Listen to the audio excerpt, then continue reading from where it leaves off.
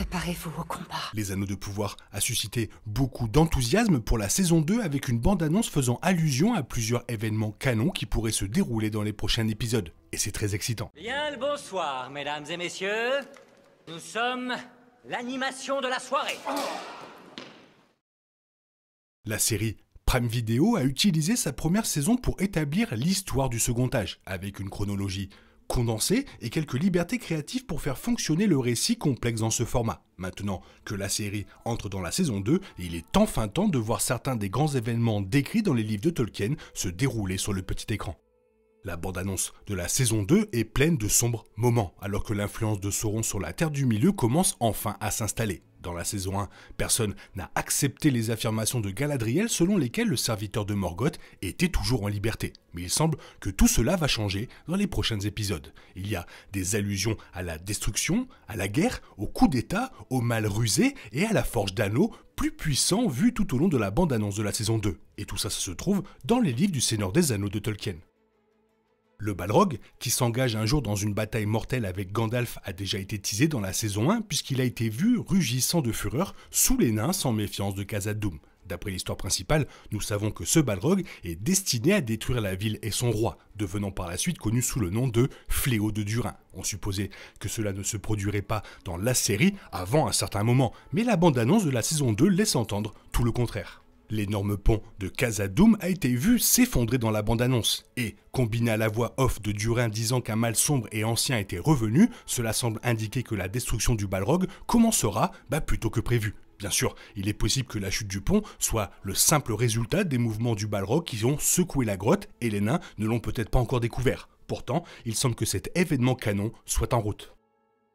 Les Anneaux de Pouvoir seront évidemment un élément clé de la série. Il était donc peu surprenant qu'il n'ait pas été forgé dans la saison 1. Bien que Celebrimbor ait créé les 3 anneaux elfiques à l'insu de Sauron, les 9 pour les hommes et les 7 pour les nains n'était pas encore une pensée, ce qui était étrange puisque ceux-ci avaient été créés avant les 3 dans le canon de Tolkien. Cependant, la bande-annonce de la saison 2 a donné au public un aperçu rapide de ce que pourraient être les autres Anneaux de Pouvoir. Au cours d'un court extrait, on voit un Celebrimbor débraillé en train de jeter une poignée d'anneaux dans un feu. Plus tard, il se tient près de sa forge avec Sauron, qui est dans sa belle forme d'un Anatar. Il semble donc que les deux hommes aient commencé leur voyage ensemble pour créer les Anneaux de Pouvoir. Bien qu'il s'agisse bien sûr d'un événement canon, le fait que Celebrimbor semble être sous la contrainte et tente de détruire les anneaux diffère de la version de l'histoire de Tolkien.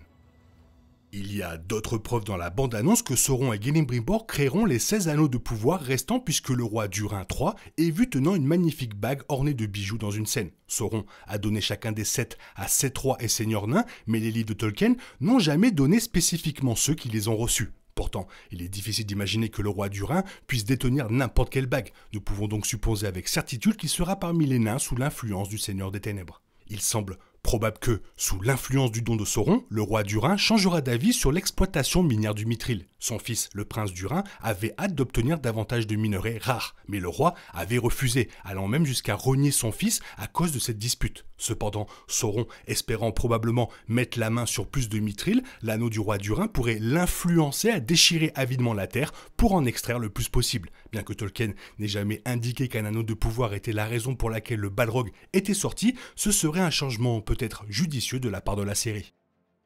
La fin de la saison 1 a vu Halbrand, qui vient de se révéler être Sauron, s'approcher de la montagne du destin, nouvellement entrée en éruption dans le Mordor. Puisque cela deviendra la base d'opération du Seigneur des Ténèbres, c'était une manière significative de terminer la première saison. Mais la bande-annonce de la saison 2 a évoqué un moment encore plus important. Sous sa forme d'Anatar, on voit Sauron sourire narquois alors qu'il est entouré de gardes. Et lorsqu'il tourne ses mains vers l'extérieur, une explosion de magie éclate autour de lui, envoyant une vague à travers le pays. Ce qui reste est le début d'une tour quelque peu familière. La tour de Sauron dans le Mordor, Barad-dûr, est un élément fréquent de la trilogie de Peter Jackson où elle est surmontée d'un œil enflammé. Ce que l'on peut supposer, c'est que la version de la série est très similaire, bien que bien sûr sans œil. Dans le Silmarillion, il est noté que Sauron a créé Barad-dûr en utilisant son anneau, qui est absent de son doigt lors de cette scène dans la bande-annonce. Ainsi, bien que la saison 2 inclut l'événement canon, il semble que le public puisse s'attendre à certains changements. La saison 1 a passé du temps à préparer le désastre auquel Numénor est destiné à faire face, et la bande-annonce de la saison 2 indique que cela va continuer. Dans la première saison, Pharazôn était un leader politique charismatique toujours fidèle, enfin plus ou moins à la reine Myriel. Cependant, le canon de Tolkien dit qu'il mènera un coup d'état, revendique la couronne pour lui-même et mènera son peuple à la perte lors d'une attaque contre Valinor. En guise de punition, les Valar enverront une grande vague pour détruire à jamais le royaume insulaire de Numénor. La saison 1 a jeté les bases de tout ça, et la bande-annonce de la saison 2 voit Pharazôn adopter une approche plus agressive de ce qu'il était auparavant. Dans la scène, l'homme politique tire son épée comme s'il se préparait à se battre. Cependant, alors qu'il fait cela, un grand aigle atterrit derrière lui. Et étant donné que les aigles sont des fidèles messagers des Valar, qui ont gardé un œil sur Numénor pendant le second âge, cela indique le début d'un conflit entre les demi-dieux du Seigneur des Anneaux et les hauts hommes du royaume insulaire.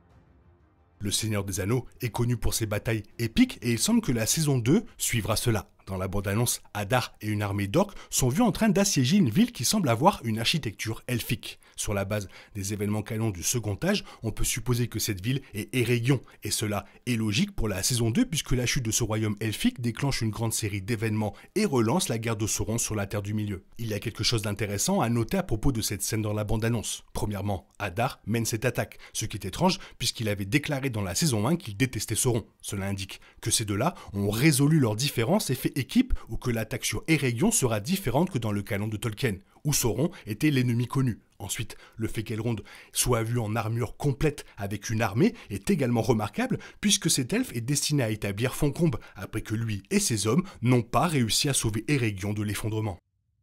Sauron n'est jamais montré avec la bande-annonce, mais le teaser complet laisse toujours entendre que le Seigneur des Ténèbres créera l'anneau dans les prochains épisodes. Le signe le plus important est l'existence d'autres anneaux de pouvoir, comme celui que détient le roi Durin III. Sans l'anneau unique, ces armes sont complètement inutiles pour Sauron. De plus, la révélation de Barad-dûr que Sauron a créé en utilisant l'anneau fournit des indices supplémentaires que la création de l'anneau arrivera. Le dernier indice selon lequel Sauron créera l'anneau dans la saison 2 est le dernier écran titre vu dans la bande-annonce. Une fois la supposée Barad-dûr révélée, la caméra revient sur le haut des mots anneaux de pouvoir qui apparaît sur l'écran. La lettre d'or a été conçue pour ressembler à l'anneau familier du Seigneur des Anneaux et cela vise sans aucun doute à inciter le public à créer l'arme la plus emblématique de la franchise dans sa tête. Bien sûr, il est toujours possible que l'anneau reste caché pendant toute la durée de la saison 2 pour ensuite être révélé dans le futur. Quoi qu'il en soit, sa puissance résonnera certainement à travers les épisodes.